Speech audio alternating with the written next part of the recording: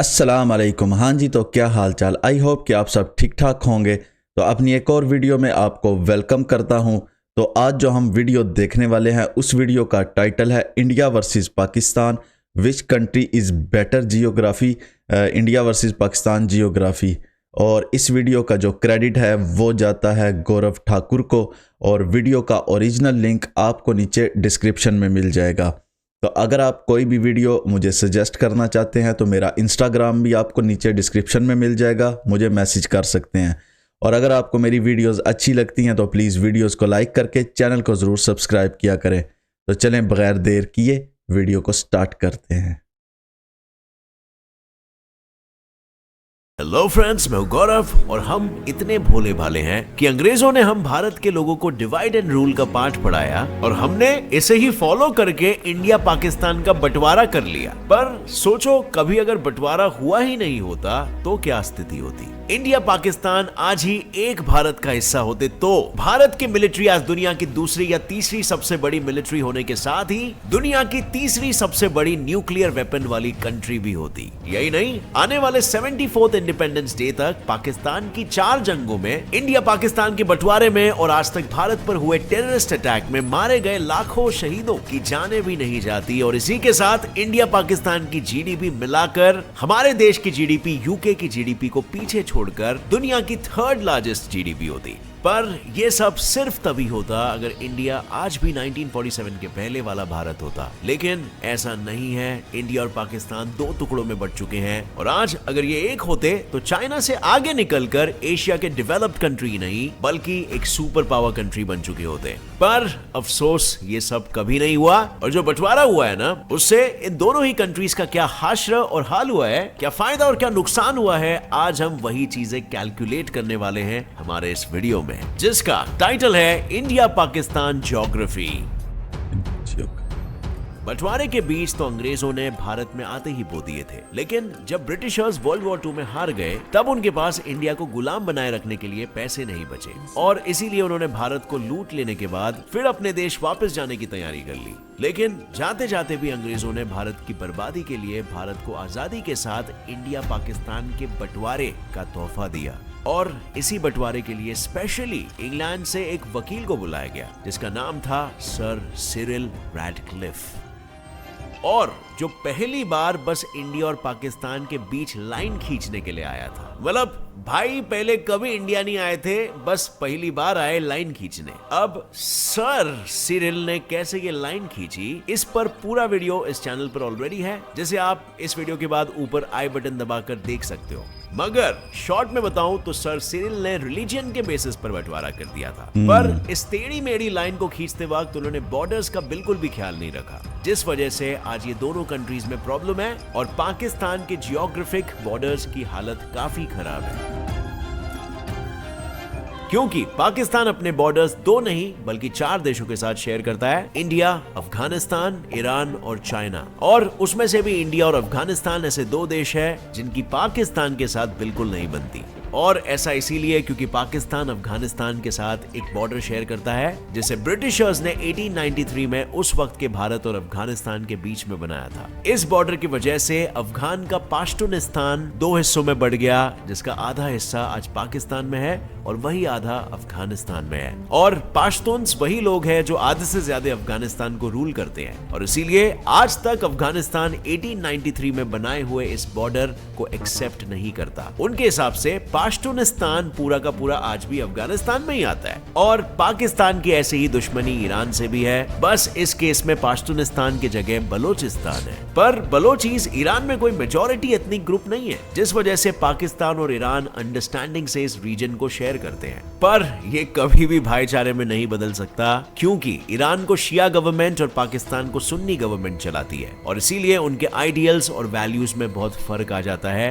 और आते रहेगा। लेकिन पता है पाकिस्तान के 4 बॉर्डर शेयरिंग रिकॉर्ड को इंडिया ने 6 देशों के साथ बॉर्डर शेयरिंग करके तोड़ दिया है, जिनमें एक तो ऑफ कोर्स खुद ही पाकिस्तान है और बाकी म्यांमार, चाइना, नेपाल, भूटान और बांग्लादेश है। लेकिन पाकिस्तान और चाइना को छोड़कर इंडिया अपने बाकी के 4 पड़ोसी कंट्रीज के साथ अलायंस में है और चाइना और इंडिया के बीच के गंभीर माहौल के कारण ये LAC लाइन है। पर अक्साई चीन के यहाँ पर आने वाली ये LAC लाइन कोई डिफाइंड बाउंड्री नहीं है, जिस वजह से आज भी ये दोनों देश अक्साई चीन को अपना हिस्सा क्लेम करते हैं। चाइना कहता है कि अक्साई चीन शिनजियांग रीजन में आता है और इंडिया के हिसाब से वो लद्दाख में आता है। इतना ही नहीं तो आपने ये भी देखा होगा कि अरुणाचल प्रदेश इंडिया और चाइना दोनों के मैप्स में उनकी कंट्री का हिस्सा बताया गया है और इसी वजह से इंडिया और चाइना के बीच 1962 में जंग भी हो चुकी है, जिसमें कई लोग शहीद तो हो गए थे, पर आज तक दोनों देशों के बीच इसका फैसला नहीं हुआ और आज भी टेंशन का माहौल बना हुआ है। पर सिर्फ बॉर्डर डिस्प्यूट ही इकलौती ऐसी चीज नहीं है जो बंटवारे में पाकिस्तान और इंडिया के हिस्से में आई है। बंटवारे के साथ पाकिस्तान को फ्री भूकंप भी मिला है। मेरा मतलब है पाकिस्तान का आधा हिस्सा बलूचिस्तान और आजाद कश्मीर एक ऐसे एरिया में आता है जो अर्थक्वेक प्रोन है। यहाँ आने वाले भूकंप इतने हाई मैग्नीट्यूड के होते हैं कि 2005 में आजाद कश्मीर में आए हुए सिर्फ एक भूकंप ने 86,000 लोगों की जान ले ली थी। पर इन भूकंपों के आने के पीछे का कारण क्या है? तो बेसिकली आज दुनिया में जो 7 अलग अलग कॉन्टिनेंट्स है ना, वो 33 करोड़ साल पहले एक हुआ करते थे। मतलब ऐसा कुछ कि जमीन का सिर्फ एक बहुत ही बड़ा टुकड़ा था और उसके चारों तरफ सिर्फ पानी ही पानी था और इस सुपर कॉन्टिनेंट का नाम पैंजिया था। वेल, एग्जाम्पल के लिए समझो कि तुमने दूध को उबाला, फिर उबालने के बाद उसके ऊपर मलाई बन गई। अब अगर तुम दूध के बर्तनों को हिलाओ तो मलाई भी हिलती है और यहाँ तक तो ये बात मैं भी कहता हूँ, इंडियंस भी कहते हैं, पाकिस्तानी भी कहते हैं कि जो अंग्रेज़ ने लाइन खींची थी वो नहीं ठीक खींच के गए। तो इस बात पर तो दोनों मुल्क ही जो है वो इस चीज़ को एग्री करते हैं, क्योंकि देखें पंजाब वाली जो साइड है तो अच्छा भला एक ये सारा पंजाब था, इसको इस तरह बीच में से काटा गया कि आधी फैमिलीज उधर रह गई, आधी इधर आ गई, वो एक अजीब ही खिचड़ी सी बन गई। तो ये तो वाकई हुआ है।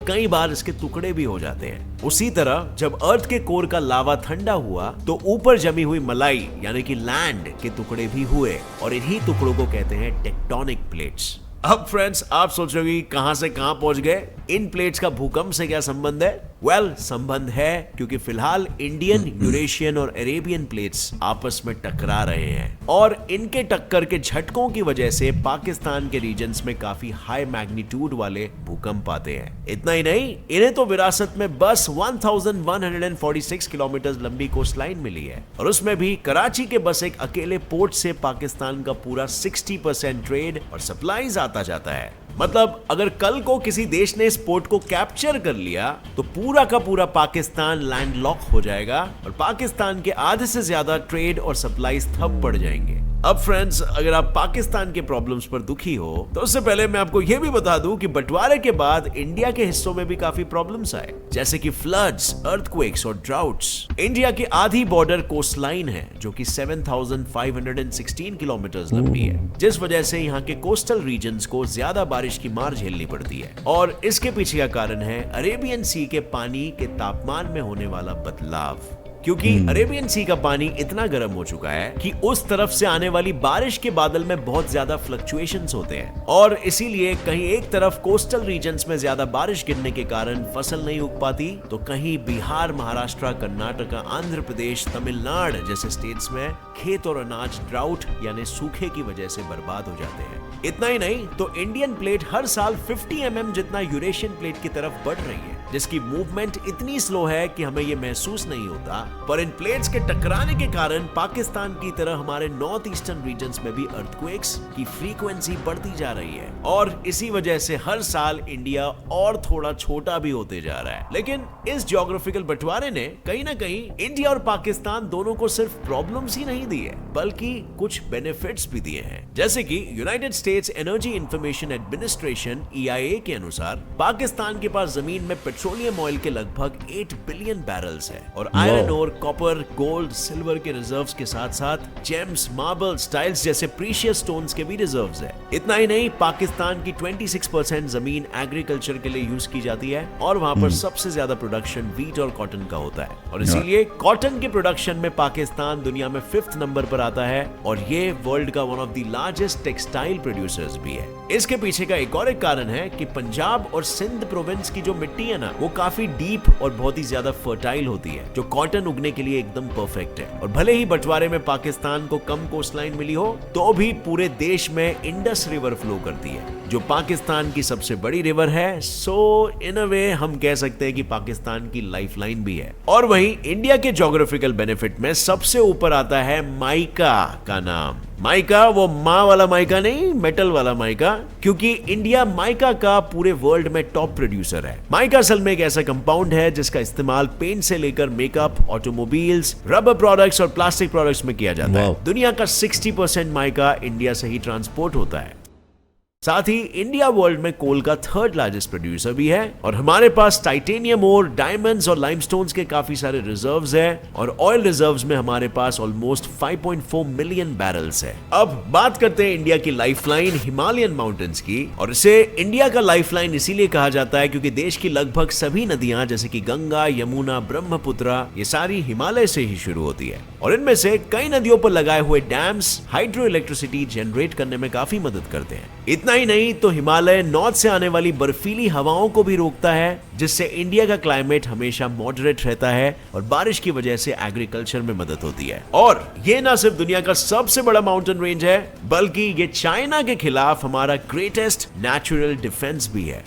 सबसे पहली बात तो अगर हिमालयस नहीं होते तो पूरा का पूरा नॉर्थ ईस्ट बंजर हो जाता, और ना सिर्फ नॉर्थ ईस्ट पर जहां जहां से हिमालय से निकलती नदियां बहती है जैसे कि उत्तराखंड, मध्य प्रदेश, राजस्थान, बिहार, उत्तर प्रदेश, हिमाचल प्रदेश, ये सारी जगहें भी बंजर हो जाती और यहाँ से पानी न बहने के कारण ना मिट्टी उपजाऊ रहती और इस वजह से यहाँ पर फसल नहीं उगती। और इसके ना होने की वजह से चाइना जैसे देशों की मिलिट्री डायरेक्टली इंडिया में घुसकर हमला कर पाती और इसीलिए हिमालयन रेंज हमारा सबसे बड़ा ज्योग्राफिकल एडवांटेज रहा है और रहेगा। तो चलिए अब बात करते हैं उस टॉपिक पे जिसके लिए आप सभी रुके हो, कश्मीर। पिछले 70 सालों से इंडिया और पाकिस्तान के कश्मीर इतना जरूरी क्यों है? इसका जवाब है कश्मीर के ग्लेशियर्स और फ्रेश पानी। ये ग्लेशियर का पानी इंडिया और पाकिस्तान के लाखों लोगों को ताजा पानी और इलेक्ट्रिसिटी प्रोवाइड करता है और आजकल के बढ़ते पॉपुलेशन और बढ़ते इलेक्ट्रिसिटी की जरूरत के कारण इंडिया कश्मीर में और हाइड्रो इलेक्ट्रिसिटी के फैसिलिटीज लगवाना चाहता है। पर पाकिस्तान को डर है कि इरिगेशन के नाम पर कहीं इंडिया कश्मीर से पाकिस्तान आने वाले पानी को ही ना रोक दे, और इसी के चलते इंडिया और पाकिस्तान ने 1960 में वर्ल्ड बैंक के साथ इंडस वाटर ट्रीटी साइन कर ली थी, जिस एग्रीमेंट के हिसाब से पाकिस्तान के कंट्रोल में इंडस, चेनाब, झेलम और इंडिया के कंट्रोल में बियाज, रावी और सतलेज रिवर्स आती है। अब बंटवारों के बाद दोनों ही देशों के हिस्सों में कई अड़चनों के साथ कई फायदे भी आए, बिल्कुल उसी तरह जिस तरह हर सिक्के के दो पहलू होते हैं। लेकिन दोनों ही देशों ने इन प्रॉब्लम्स को फेस करके इन एडवांटेजेस को किस तरह बेस्ट इस्तेमाल करे ये सीख लिया और इसी वजह से आज दुनिया भर में ये अलग अलग चीजों के लिए फेमस है। जैसे कि पाकिस्तान फेमस है अपनी टेक्सटाइल इंडस्ट्री के लिए और वहीं पर इंडिया फेमस है अपने माइका और कोल प्रोडक्शन के लिए। लेट्स होप कि जल्दी एक ऐसा दिन आएगा कि दोनों भी कंट्रीज आपस में मिलजुल कर रहे हैं, क्योंकि देखा जाए तो हम शायद उतने भी अलग नहीं हैं। अगर हम हमारे सारे डिस्प्यूट्स, नफरत और पार्टीशन के ट्रॉमा को बाजू में रखें तो ये साफ साफ दिखता है कि हम में कितनी सिमिलैरिटीज है। बोली भाषा से लेकर खाने पीने तक सब कुछ सिमिलर है, यहाँ तक कि हमारे कल्चर और हमारी हिस्ट्री भी मिलती जुलती है। पर फिर भी क्यों नफरत और पॉलिटिक्स के वजह से इन सिमिलैरिटीज को हम नहीं देख पाते? अगर आप भी मेरी इस बात से सहमत हो तो कमेंट करके जरूर बताना कि आपको पर्सनली दोनों कंट्रीज के बीच में कौन कौन सी सिमिलैरिटीज दिखती है और कौन कौन से डिफरेंसेस दिखते हैं और क्या वो डिफरेंस बहुत ही ज्यादा मैटर करते हैं। मुझे पर्सनली एक ही डिफरेंस दिखता है और वो बहुत ज्यादा मैटर करता है, और वो डिफरेंस मैं शायद बताना नहीं चाहूंगा क्योंकि कंट्रोवर्शियल हो सकता है, बट मैं आपकी राय जानना चाहूंगा नीचे कमेंट सेक्शन पे। अगर आपको इस वीडियो से कुछ भी नया सीखने मिला तो एक लाइक जरूर ठोकना। हाँ जी, तो कैसी लगी आपको ये वीडियो? सिमिलैरिटीज़ तो काफ़ी हैं, इसमें तो कोई शक नहीं। सबसे मेन चीज़ ये देखनी चाहिए कि अगर ये दोनों मुल्क आपस में जो इनके कॉन्फ्लिक्ट्स हैं वो ख़त्म करते हैं तो क्या उससे आम पब्लिक की लाइफ पे फ़र्क पड़ता है? बिल्कुल पड़ता है। महंगाई को कम कर सकते हैं, बेरोज़गारी को कम कर सकते हैं। मेरा मानना ये है कि अगर यूरोप वर्ल्ड वार 1 लड़ा, उससे पहले भी इनकी लड़ाई हुई, 2 लड़ा, इनसे ज़्यादा दुश्मनी तो हमारी नहीं है। तो जितने ये दुश्मन थे आपस में, अगर ये सारा कुछ ख़त्म करके अपने बॉर्डर खोल सकते हैं, और आज भी सबकी ज़ुबान मुख्तलिफ है, खाने मुख्तलिफ हैं, हर चीज़ इनकी आपस में डिफरेंट है, लेकिन एक चीज़ पे ये पक्के हैं कि बॉर्डर खोलो, लोगों को आने जाने दो, चीज़ें आती हैं जाती हैं, जो होता है कोई मसला नहीं। यूरोपीय यूनियन बन गई और ये लोग आज कहाँ पे पहुँच चुके हैं। तो अगर पाकिस्तान और इंडिया भी इस मुद्दे तक आ जाते हैं कि खोलो बॉर्डर, एक दूसरे को मिलने दो, चीज़ें आने दो, चीज़ें जाने दो, लेकिन स्टार्टिंग होनी चाहिए, अनकंडीशनल डायलॉग होना चाहिए, और फिर आहिस्ता आहिस्ता आगे बढ़ें।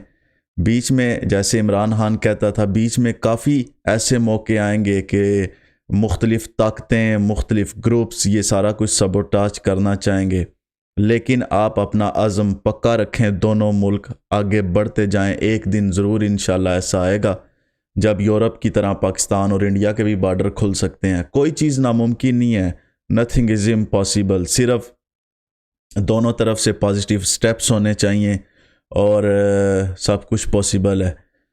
तो आई होप हम भी सब ये दुआ करते हैं कि दुनिया में अमन हो, हमारे मुल्कों में अमन हो, तरक्की हो, दोनों मुल्क जो है वो वहाँ की आवाम खुशहाल हो। तो ये तो सब की ख्वाहिश है। तो आई होप कि ऐसा ही हो। तो अगर आपको ये वीडियो अच्छी लगी हो तो प्लीज़ वीडियो को लाइक करके चैनल को ज़रूर सब्सक्राइब कीजिएगा। मिलते हैं अगली वीडियो में, तब तक के लिए मुझे इजाज़त दें, अपना ख्याल रखें। अल्लाह हाफिज़।